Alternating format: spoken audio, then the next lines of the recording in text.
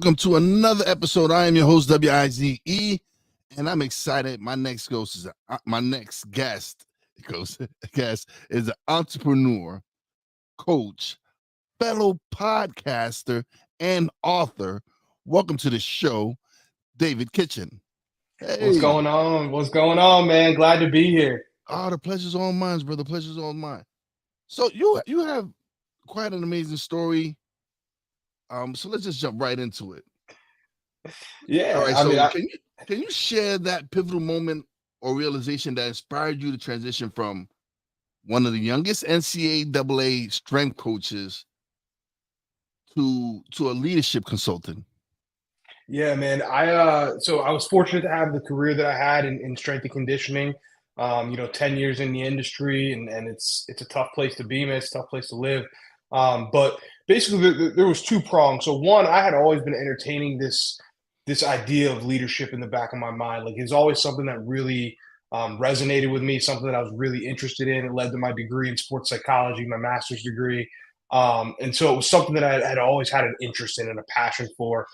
So that was there. And then the second piece was, when you at the Division I level, you're attached to your head coach. And so if he leaves, you're fired, or you can interview for your job and hope that the next guy keeps you, right? So it's a brutal business, man. It's tough. And we had come off a 22-win season at Georgia Southern. The NCAA tournament had just got shut down because of the pandemic. And our head coach, the way I found out that our head coach took another job was literally, we got off the bus and he said, go see your family. My family was in Pennsylvania. I was living in Georgia at the time. I flew up to Pennsylvania and I get off the plane and my ESPN alerts are blowing up and he had taken another job, right? So I had just seen him a couple hours earlier. He knew he was taking the job. We just never had a conversation about it, right? So that was just a harsh reminder to me that, like, this thing is a business, dude. And you are always attached to the people around you. And it's no hard feelings for him, man. It was a great opportunity for him. Went on to be very successful. It was a phenomenal move for him. But it was just a reminder to me that this is a business.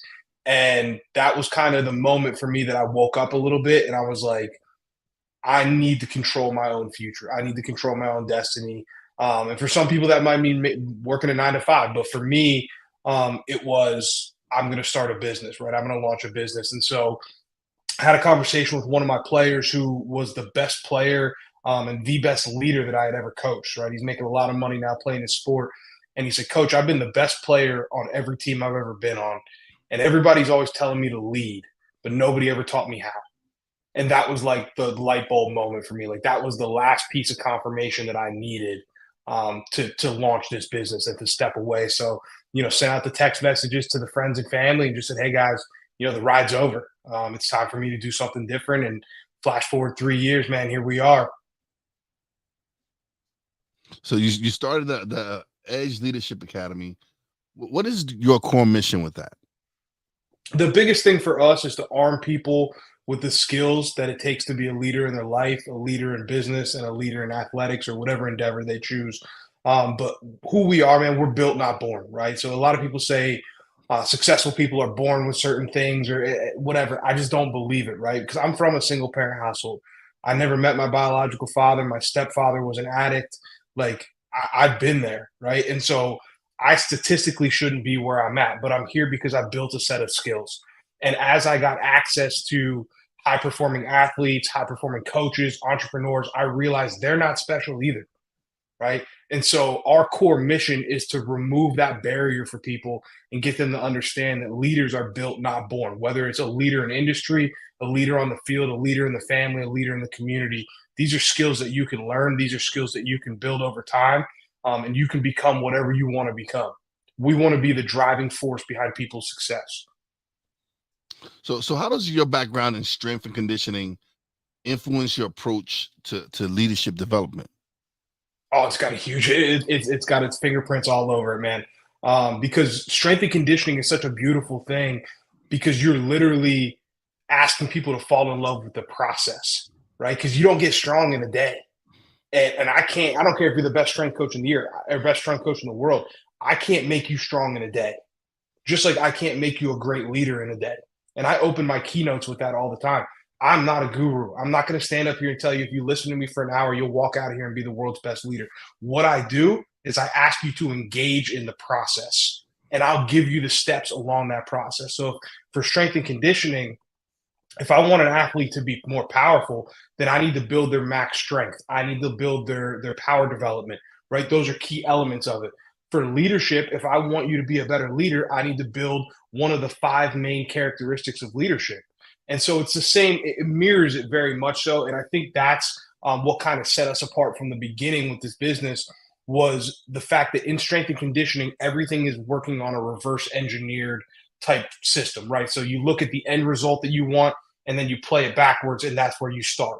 And it's the same thing in leadership. So when I started working on my PhD in psychology, the first thing that I did was I started looking at what are the top traits of leaders.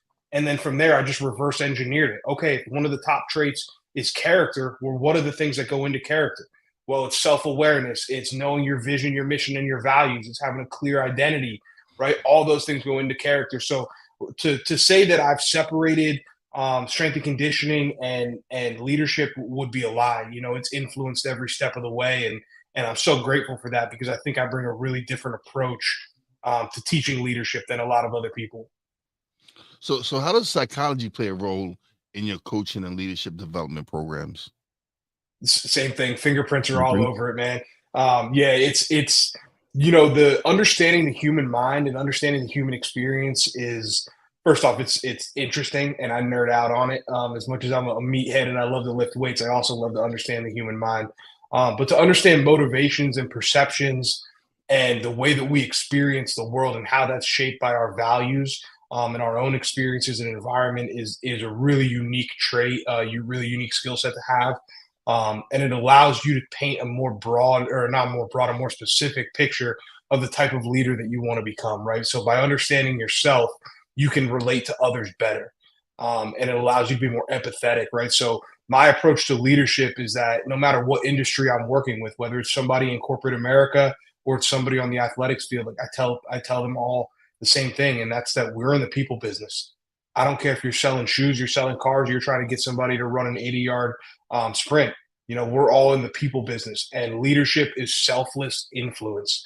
And the only way that you can do that is if you know who you are, you know what you stand for, and then you can start to relate to other people and from an empathetic way and understand where they come from and what they stand for. And then together you can fight for the mission. So you mentioned you come from a single family household, single parent household, like myself. I was raised by my mom. Um, how has that impacted you, being raised by your mom, and I think your grandmother played a part in that Mhm. as well. How is it? Yeah. 'Cause I was raised by two strong women. I was raised by my Yep. mom and my older sister. How has that kind of had an impact on you on how you do things as well? Best gift I was ever given. That's my exact quote about it. Every time I'm asked, it's the best gift I was ever given. Being able to see a mother and a grandmother, two strong women, step into those roles. I think I was able to avoid some of the pitfalls that a lot of young men fall into, which is like you have this cornered idea of what masculinity is. Again, depending on what your father figure is like, but kind of the traditional gender roles and the traditional leadership roles within the household. Like mine was completely different. My mom was the one at football games. My mom was the one there teaching me how to tackle, teaching me how to catch a football, do all those things. So I think it greatly influenced me. I think it allowed me to be more empathetic and listen to people and want to relate to people. I think it also gave me a level of grit, right? Like I watched my mom struggle and I watched my mom work and I watched her pick herself up day after day. And so to me, there was no other option, right? Like when I went into life, it was very clear to me, like quitting is just not an option to me. You just got to keep working. Like it doesn't matter who you are, it doesn't matter where you come from. To watch my mom go from the fact that we were, packing Salvation Army lunches for other families, and I thought that they were for other families. Right? I was young, I didn't really realize it. My mom would always make sure that we grabbed them and got one, even though we were the ones packing them and giving them out. And I never realized it was like, oh, we are that family even though we're helping those people, we're that family too. Like we need this help, we need the support, right? And so to watch her go from that to where she's at now, which is running the best Alzheimer's care unit in the state of Pennsylvania, and speaking all over the state and doing these things. I'm like, oh, you can literally build yourself up into anything that you want, no matter what you're going through, right? So I think, yeah, coming from that single parent household, like I said, it's the biggest gift I was ever given, man. It was a really unique childhood, but it shaped me into the man that I am. I actually live in Pennsylvania now. I'm a Brooklyn boy. I live in the Pocono Mountains in Northeast Okay, Pennsylvania. welcome to the Um, sticks. I'm not far from you, man. I'm Central Pennsylvania. okay, yeah. So,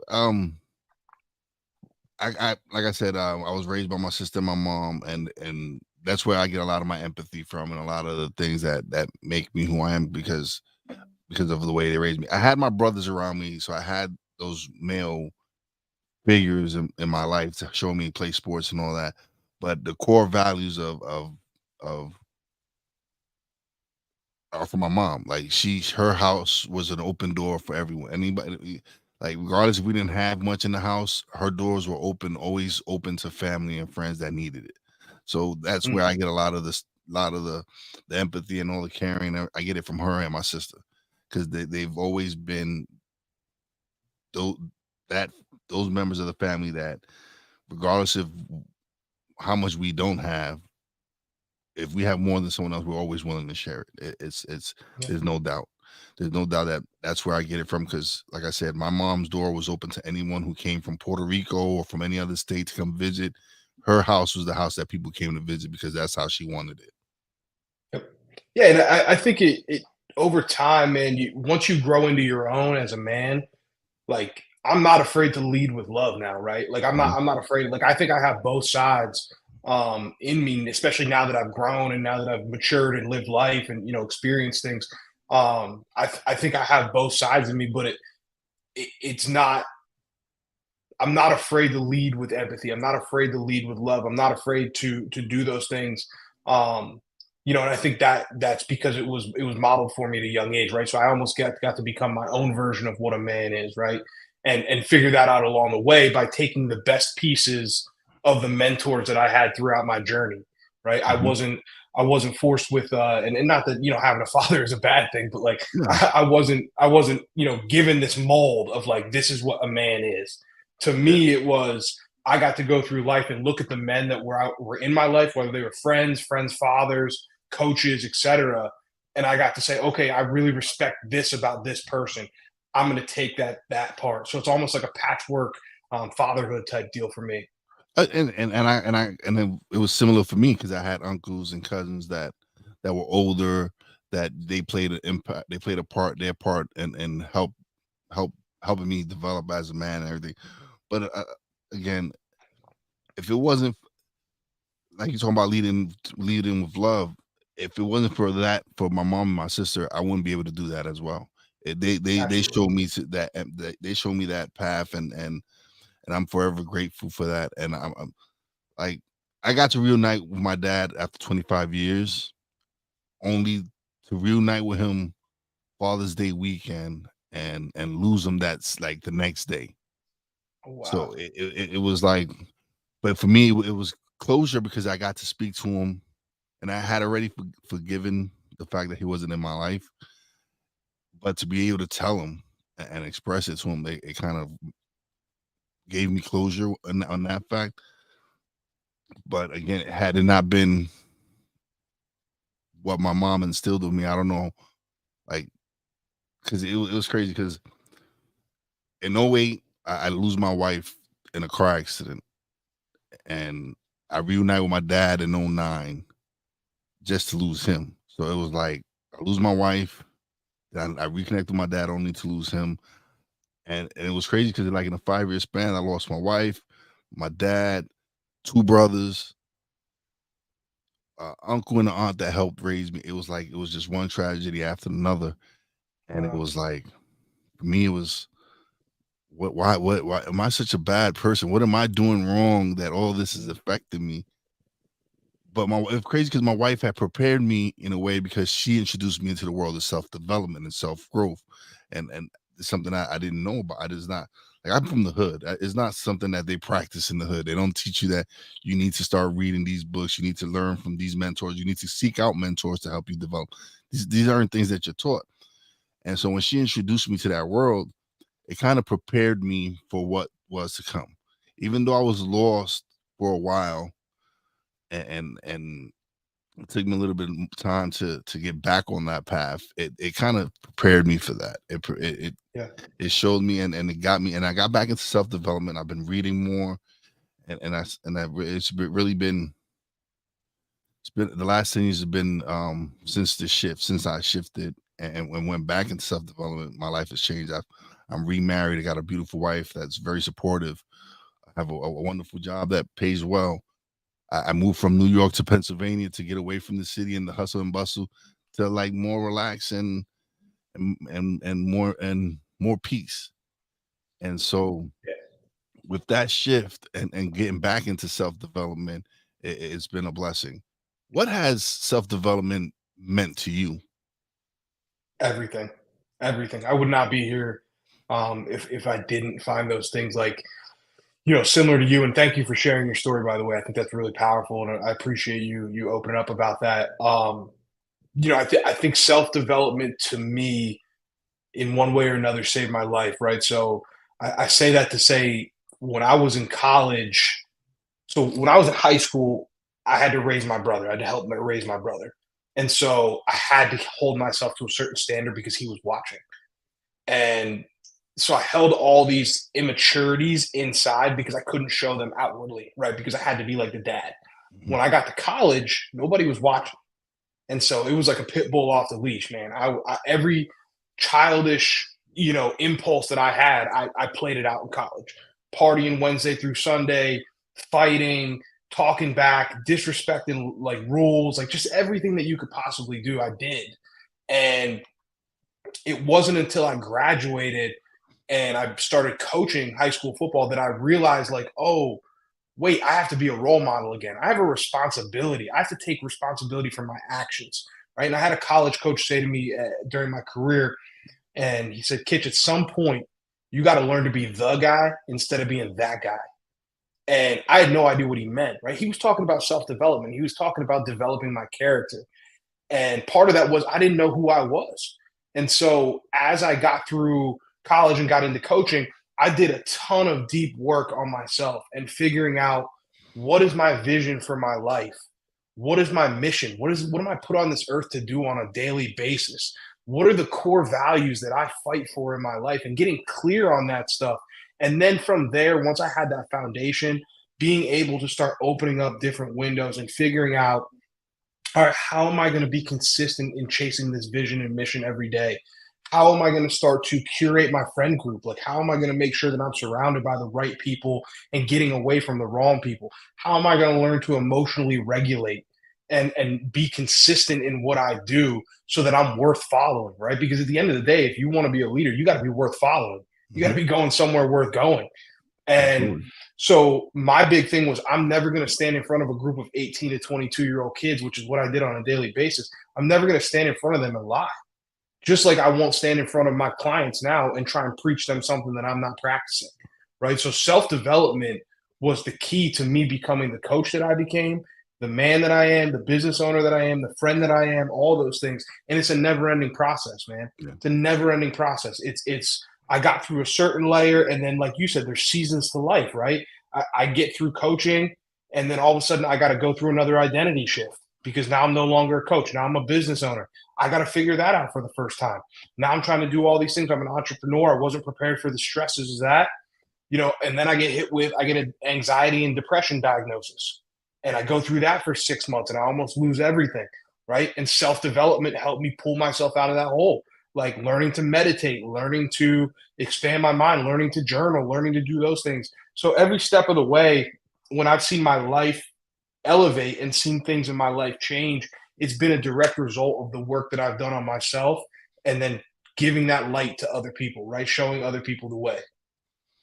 Yeah. No, it is because for me, actually being able to do my podcast, and like when I first started, it started as a solo podcast, and Mm-hmm. then I didn't enjoy it because it was during the time the pandemic had just hit. I was furloughed from work. I was home, not really doing much, just going crazy at home. And I had been wanting to start a podcast, and I was just kept making excuses. That's why I named it Stuck in My Mind, because I was in my own head. I was like, nah, you're gonna sound horrible. Nobody wants to listen to you. Why would you want to do it? So I was just making up excuses, making up excuses. And when I finally decided to do it, I launched it. It was, like I said, it started off as a solo podcast. And then I enjoyed the podcast, but I just wasn't enjoying the content. I felt like, man, I want to interview people. I want to sit down and start talking to people about self-development, self-growth, and their journeys and what they're experiencing and what they're going to. And for me, that really clicked. When I got my first guest to come on, which was a friend of mine, shout out to Tracy Mueller for coming through and helping me. And it was like, this is what I want to do. I want to interview people. I want them to share their stories, because maybe there's someone out there that might need to listen to it, that might need to hear it. And it's been amazing, man. Some of the responses that I've gotten, even recently, I had done an interview last year with a friend that we recorded. She was probably one of my first guests early in my podcasting career.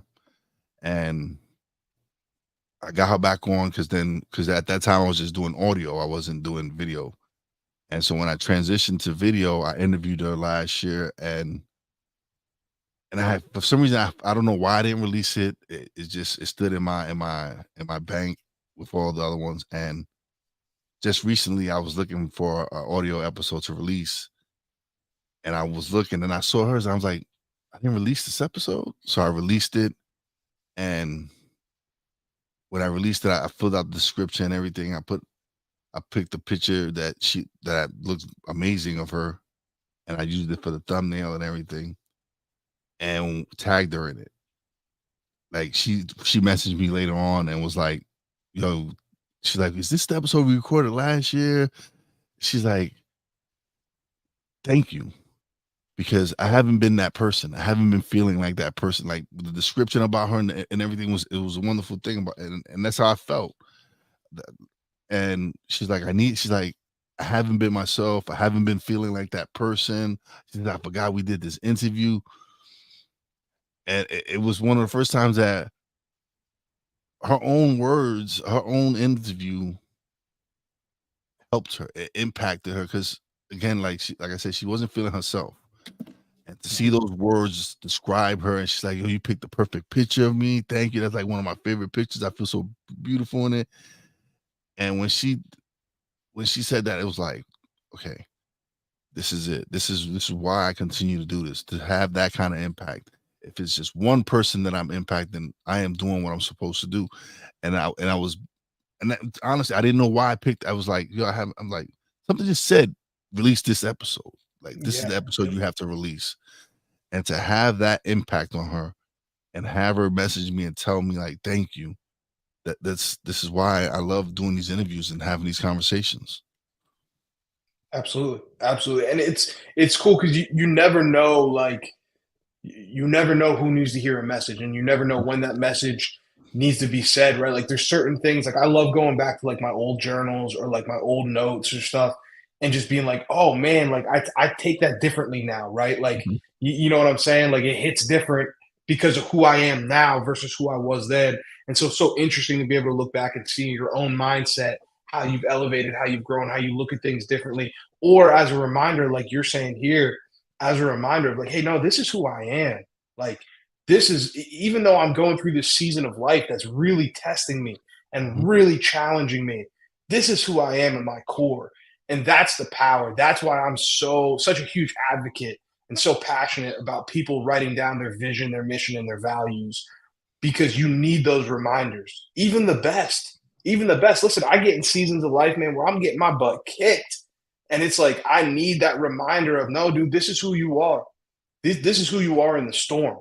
This right here, you need to be excited about this adversity, because it's going to give you an opportunity to answer the question that most people run away from, right? Are you who you think you are? Are you as tough as you think you are? Are you as gentle as you think you are? Are you as caring as you think you are? Can you hold your ego in check through this season of adversity? Like, that stuff excites me now. But again, you need those reminders to anchor you in that of who you are and what you're about and what you're put on this planet to do. No, you're absolutely right. And it's funny because I'm 47 years old, and when I started my podcast, I was 44 or whatever, and I didn't really know my purpose. I didn't really think of it. I didn't really. And so when I started doing my podcasting, and then I did receive messages from people like, "Yo, keep doing," because again, you're your own worst critic, and I'm like, "Oh man, this sucked. I sound," and then when people like listen to the show, they like, "Dude, Don, what's wrong with you?" Like, no, they're like, "You have that voice, man. You have a voice. You have that. Keep doing it." Just and it was just like you get that little self doubt in you, and but then when you start receiving those messages, and you're like, "All right, maybe I am on my right path. Maybe this is what I'm Mhm. supposed to do," and it's been a blessing to be able to find my voice and being able to find that, hey, listen, you can make an impact. Continue to do what you're doing. You're touching people's lives. You're changing. I had a conversation like one of my earliest episodes. I had a conversation with a high school friend, and we were talking about self development. We talked about because he's one of the hottest real estate agents in Brooklyn right now. He's killing the game, and we had a wonderful conversation about self development, growth, and things that we were doing. And someone who went to high school with us saw that episode, and they had been on the fence about entrepreneurship, going into starting their own business, and then hearing two people that they grew up with and that they knew personally talk about it, talk about self development, talk about entrepreneurship, talk about all this. It gave them the courage to start that business, to go. They're on the fence, like I don't know, but then hearing like two people that you know personally talk about it and give details about how what they're doing and they sent me a message like, "Thank you, I needed that episode." To hear y'all talk about like hearing two people that I know personally talk about things that I have doubt about and realizing that look, these are two guys that I know personally. They're doing it. Why can't I do it? And so Right. again, to have that type of impact is what I love. To be able to touch someone's life like that, where they're on the fence on anything, and then me or my guest say something that impacts them, and they're like, "Yeah, that makes sense." And Well, so and you're exposing people. You know, you're exposing people to success, right? Like you can't be successful if it's foreign to you. yeah, You know, and success in whatever definition you have of it for yourself, but you can't mhm, be successful if it's foreign to you. You got to speak the language, so you got to expose yourself to it, right? And so listening to podcasts, watching videos, ebooks, getting out and being in the right social circles, all that stuff, you start to make those connections, and then that's when the change happens, right? That's when people yeah, start to make decisions and say, okay, I'm actually going to do this. I'm going to take the leap, because there's such a disconnect between who we think these other people, these quote unquote successful people are, and who we yeah, are. We're like, oh, the gap is so big, but it's really not. It's really not. It's a series of experiences and information that you can find, right?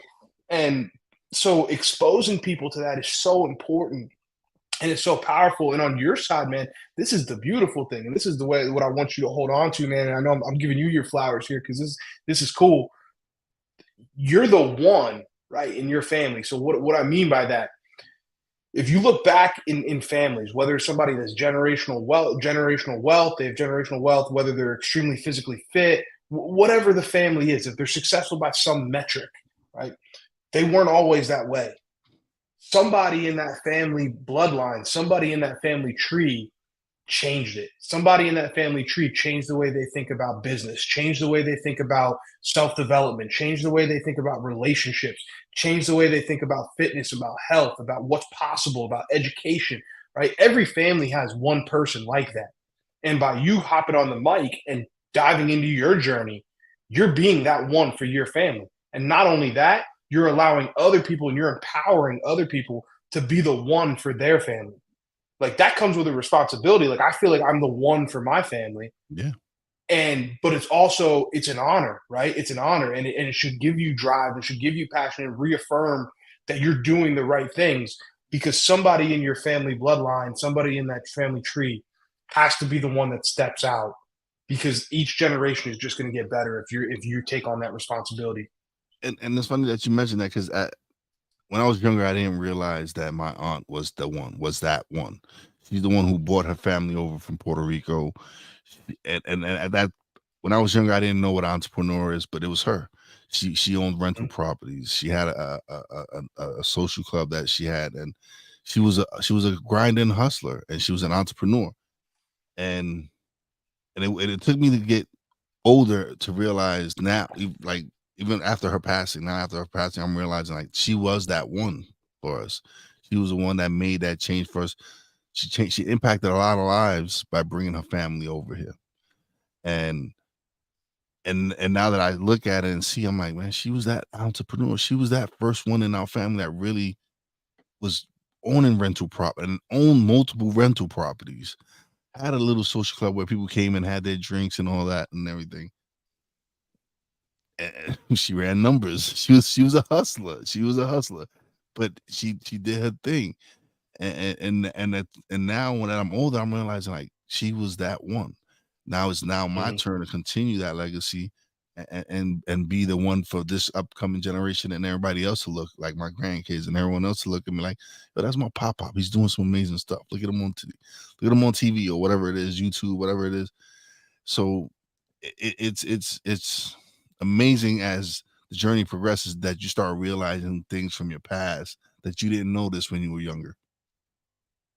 Definitely. You learn so much, man, and there's so many people that close the book on the past and they don't look back and look for the lessons, right? That the past is a beautiful thing to learn from. The past is it's a beautiful thing to be able to look back and say, hey, look at the lessons. Like everybody's life is like a hallway, right? And there's doorways on each side. And if you open those doors, there's all types of information and lessons and things that you can pull from that can make your life better, right? And then as you get further along in your life, you got to look back down your own hallway and revisit those doors a little bit and say, hey, what did I learn from this season of life? What were some things that I can pull out of here that maybe I didn't realize, or maybe I wasn't? Because as we talked about earlier, you're not always in a place to pull the lesson out, right? Maybe you're not there yet. Maybe your mind wasn't open to it at the time, or maybe it was so emotionally charged that you have a different perception of it back then, and you've just held on to that perception, right? And you never sat down and really investigated and analyzed what happened during that time in your life. And now you can look at it and say, without the emotion, oh, here's what was going on there. Like, yes, XYZ happened, but also here was my role in it. And here's these things. And I'm glad I'm not that person anymore, or I'm glad I am that person now, right? Whatever it is. But we have to revisit our past, and we have to be willing to sit with that uncomfortable feeling of the chapters that we tend to skip, right? Especially when we tell our story. Like a lot of people tend to skip those dark and gloomy days because they don't want to revisit them. For me, man, that's what makes your story what it is, right? Like superheroes are all born from something dark, Mm-hmm. so you have to own those stories and own those scars. And at first, when I first started, I didn't share my story. And then when I Mhm. finally did, I realized the impact that it has. Like I've like to lose my wife at 31, right, to a car accident, and go through the way I dealt with it and the grief, and then again the following year lose my dad, and then again, it's like just like I said, one tragedy after another. I like kind of like how you said, I didn't want to go touch that subject. I didn't want to go back to that place. I didn't want to go back to that dark place. But then I realized like, no, I need to share that. People need to see that part of it. They're seeing the end result now. They're seeing me go through my growth and development and the conversations that I'm having, but they need to see where it came from, where this really kind of started in a way. And they have to know about the loss, and they have to know about the tragedy, and they need to know that regardless of what you go through in life, you can pick yourself up and continue to continue to grow and learn. And for me, it's just been, it's like when I gave up that victim mindset, like, oh, woe's me, or why is this happening to me, and focused on, listen, this is life. These are the challenges that's going to be thrown ahead of you. How are you going to deal with it? Like that voice in my head was like, this isn't what you're here for. This is not your purpose to be here drinking away your sorrows, drinking away your problems. No, you got bigger things. And when I decided to really change that and focus on, like, listen, life happens. Yes, it's I'm hurting. I'm going through. I went, sought the help that I needed, went to therapy, spoke to people, and that allowed me to get back to self development, really get back into reading, and really wanting to do something about helping people get through get through hard times. Yeah, it's interesting, man. Like the more you dive into this stuff and the deeper down the rabbit hole you go, the more you realize that as much as it's called self development, it ultimately ends up being other development, right? Like as much as we get into it for our reasons, like we get into it because we need or we want to grow or we want to be the Mhm. best version of ourselves or whatever, the further we go, the more we pour into other people because you start to realize, and this is leadership, right? Goes back to exactly what we were talking about at the beginning. It's selfless influence, right? I'm selfish about being the best version of me so that I can be selfless in my service of others, So right? you Like mentioned that. that's No, that's perfect, because when I've had a guest on, and I told him about, because at one point I felt kind of selfish because and I was enjoying doing the podcast. I was enjoying having these conversations, and I thought in my own mind, I was like, oh man, is this selfish of me of really being enjoying these conversations? And the guest goes, no. They're like, no, that's actually self-love. And the fact that you're sharing it with your audience shows that you're not selfish, because you're not hoarding this information. You're not keeping this content to yourself. You're sharing it with your audience. So there's nothing selfish about that, because you're wanting your audience to grow and develop with you. So yes, you felt the kind of way because you're enjoying these conversations and you feel like this. But they're like that you're doing the complete opposite. You're sharing what you're learning. And I was like, okay. exactly. Yeah, yeah, it's being selfish about being selfless, Yeah, right? You're selfish in that you built the skills to be able to launch a platform like this, but now you're selfless in what you do with the platform, yeah. right? And I look at my own career the same way. I was selfish in the fact that I poured into myself. I quit my job. I Mhm. put my career above a lot of things in my life so that I could be selfless in my service of our student athletes for 10 years, and now selfless in my pursuit of giving people the skills that they need to be successful in life and the mindset that they need to be successful in life and business and all the things that we do. I wouldn't be able to do that if I didn't spend those scary hours on myself, Mhm. right? I wouldn't be here. I wouldn't be able to. So to really be selfish would have been to not do that work. You know what I'm saying? Yeah. So it's a really interesting. There's layers to it, but it's being selfish so that you can be selfless. It's a beautiful cycle. Like, one of the things for me was, all right, like I was, like I said, I was furloughed from my job. I was getting extra money, and what I decided to do was I was gonna develop my skills. I'm investing quality equipment. I got me a great mic, I got me a Rodecaster Pro. I started taking courses on editing video, editing audio, just things that I wanted to improve on, because I felt like people were giving me something very precious, which is their time. And I wanted to make sure that I was giving them the best quality available. So like I said, I invested in equipment in myself, because I wanted to make sure what I was providing was the best quality. Right? It mattered. It matters, and Mhm. that's when you know it's something that's important to you. Like how you do anything is how you do everything, right? So if you start to build that piece of your character where I'm gonna do this with everything that I have, like I'm gonna give you the best that I have. That starts to show up in every area of your life, right? Your self care, your relationships, the way that you put these shows out, what you do on your 9 to 5 job, like it comes across. It's everything, right? And one of the beautiful pieces of that is the fact that even for me as an entrepreneur, my business is a direct reflection of who I am as a man. Like my business reflects those same values, right?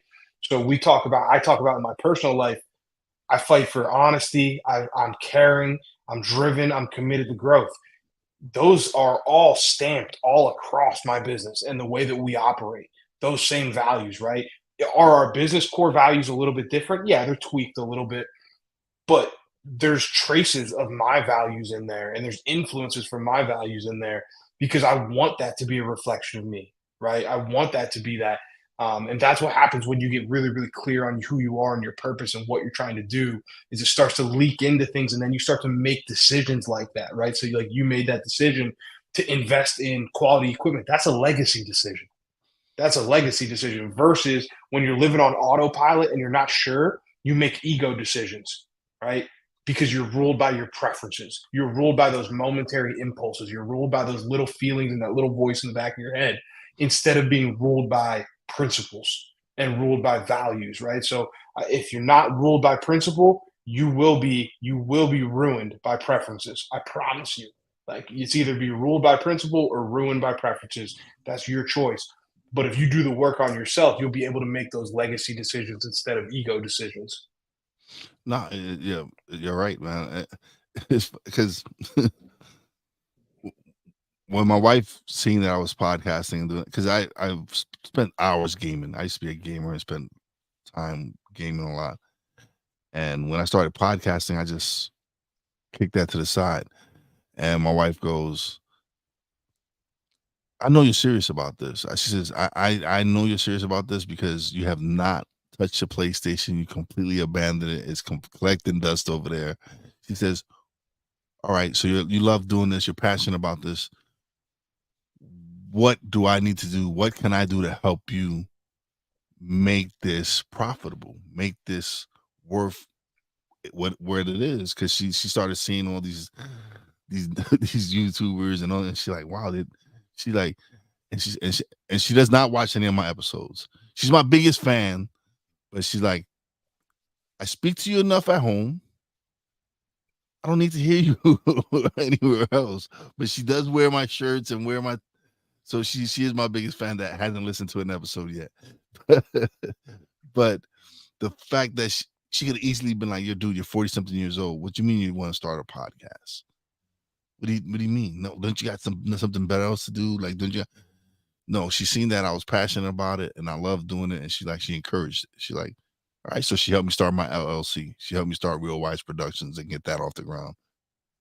And to have someone that's supportive and pushing me and inspiring and just like she sees the vision. And to have someone with that, it's like, oh man, I'm so blessed. People can feel it, man. People can feel it when you're doing something that's aligned with your vision. People can feel that, right? And especially people that care about you, like they get it. You know, somebody just said the other day, um, Olympians don't have to apologize when they go train, right? Like nobody in their family expects them to apologize, right?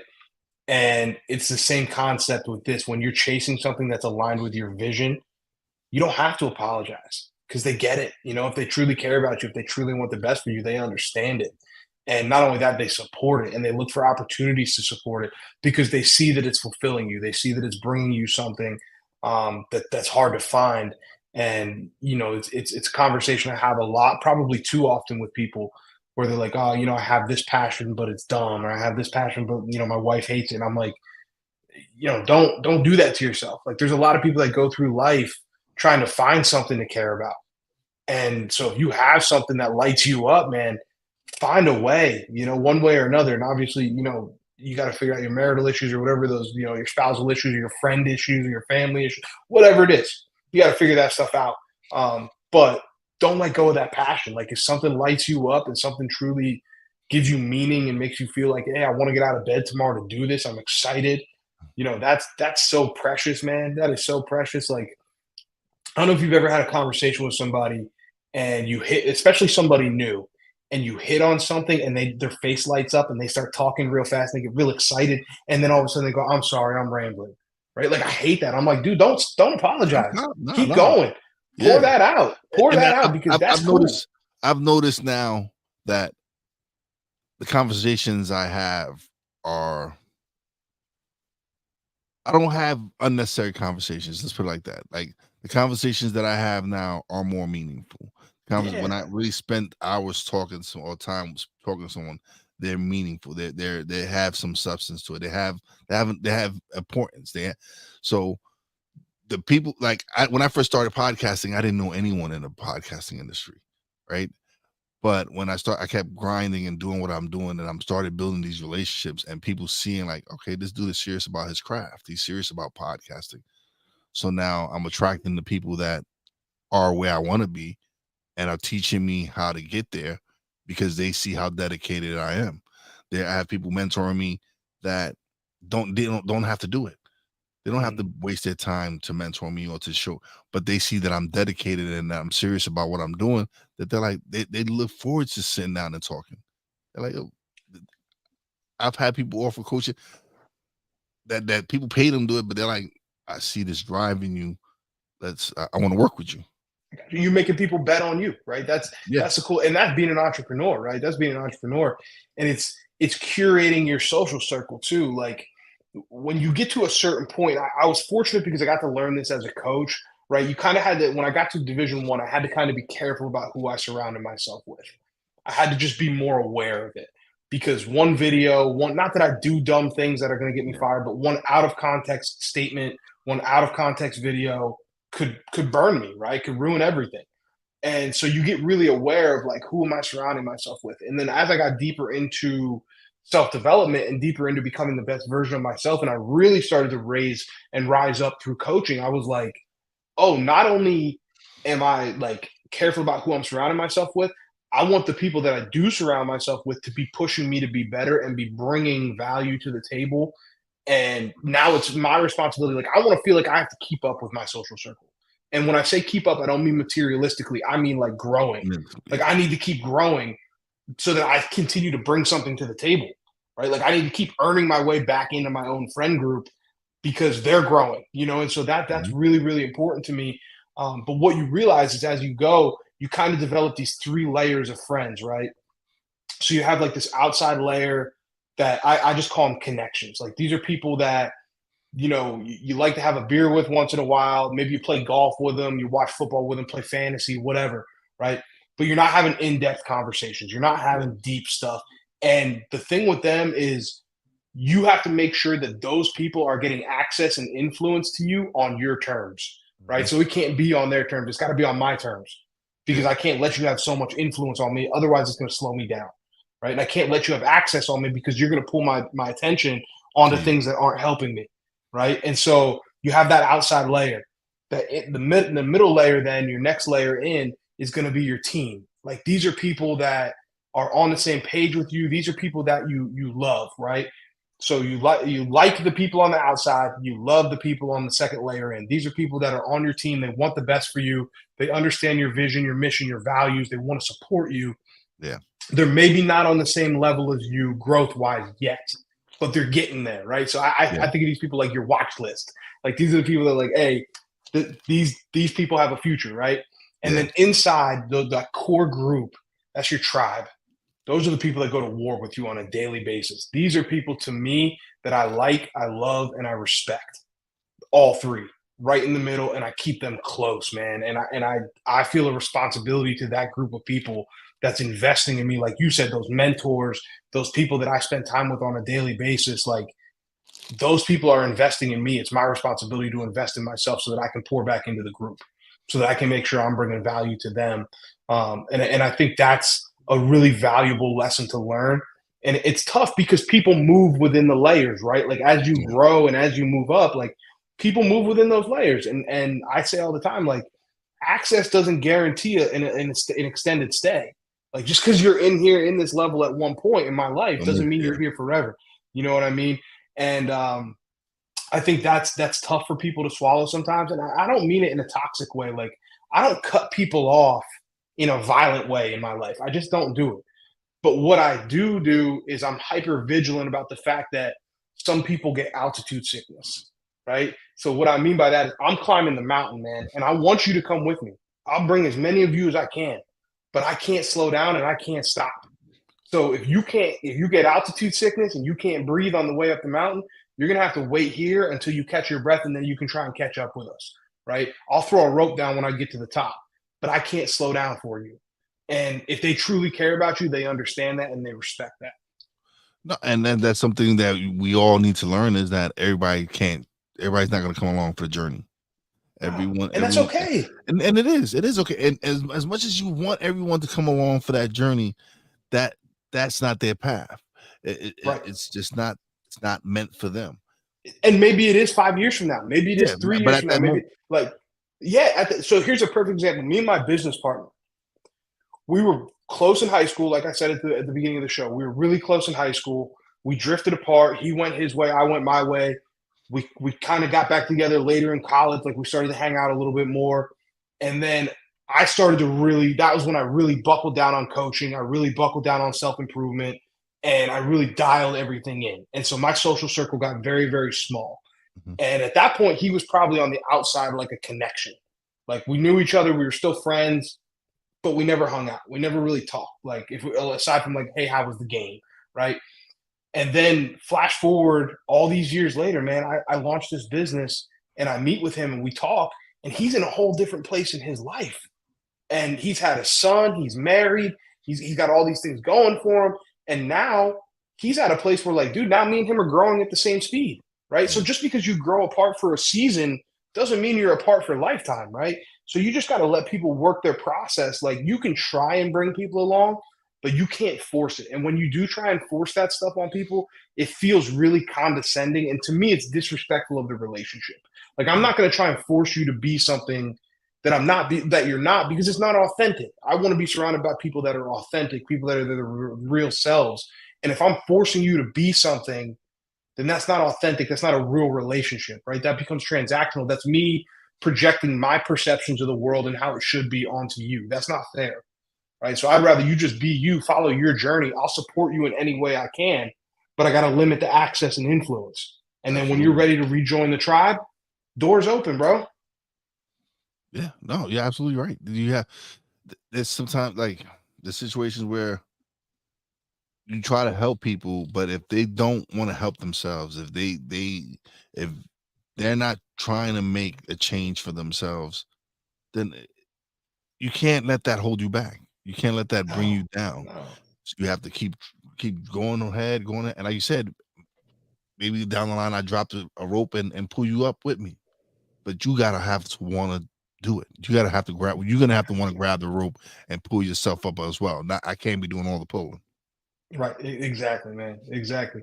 It's like I said, man. Some people get altitude sickness, and that's all right. That's all right, man. It's like on the airplanes. What do they say? You got to put your own mask on first. Yeah. Put your own mask on. You can't help other people. Yeah. Because if I slow down, I'm not just letting you down because I'm now going to take longer to get to where we're going.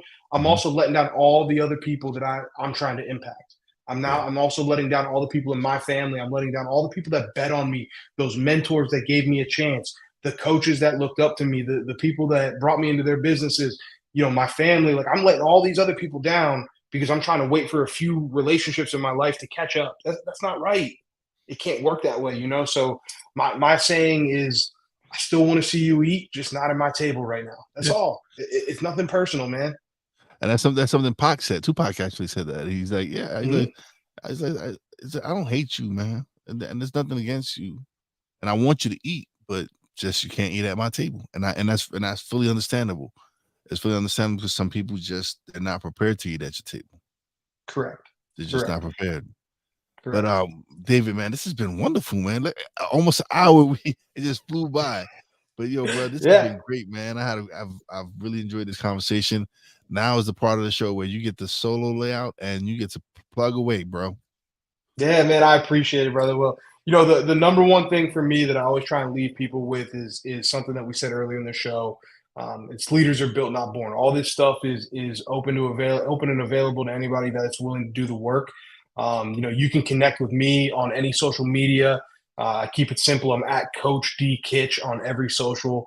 Our website is edgeleadershipacademy.com. We do have a new cohort of our mentorship group that will be opening up here in a couple weeks. So if you want to get pre-registered for that, reach out to me. That's called The Table, because everybody wants to bring something to it and everybody wants a seat at it. So our mentorship group is called that. We also have a couple one-on-one slots of coaching available for mindset coaching, sales coaching, leadership coaching. And then obviously, if you want to bring us in to work with your university or your organization, we're available for that as well through the spring. So it's edgeleadershipacademy.com for all of those links. And if you can't find what you're looking for, just connect with me on social media, like I said, at Coach D Kitch. So thank you so much for having me on, brother. This has been phenomenal. You got a great platform, great people. Keep doing what you're doing, man. Thank you, man. I greatly appreciate it, man. I really do it. This has been a wonderful conversation. I've had a great time speaking to you. I always extend this open door policy here, bro. So next year or whatever, anything you got any programs, anything you want to come on promote, shoot me a message. We'll have you back on. And I love having repeat guests on. I love the fact because I get to see where they're at. They get to see where I'm at. So I enjoy having people come on multiple times on the show. So you're always welcome to come back on the show, brother. Thank you. Thank you so much, man. Thank you. But don't leave just yet. Let me close out the show and me and you chat a little bit. And all right. So it is time for shout outs, man. Big shout out to Snowman. Thank you for coming through. Everybody who's catching the replay, thank you. Subscribe, like, and share it. I greatly appreciate it. Man, big shout out to my Real Wise fam, Poppy J, Brandy J. Love you guys. Big shout out to the boss lady. Appreciate and love you, baby, and appreciate you. Big shout out to our guest, David Kitchen, for coming through and sharing his story and sharing his fantastic knowledge, man. It was wonderful. I had a great time. And as always, a big shout out to all the essential workers out there. God bless y'all. Be safe. You know how your boy Wise does it. Peace out.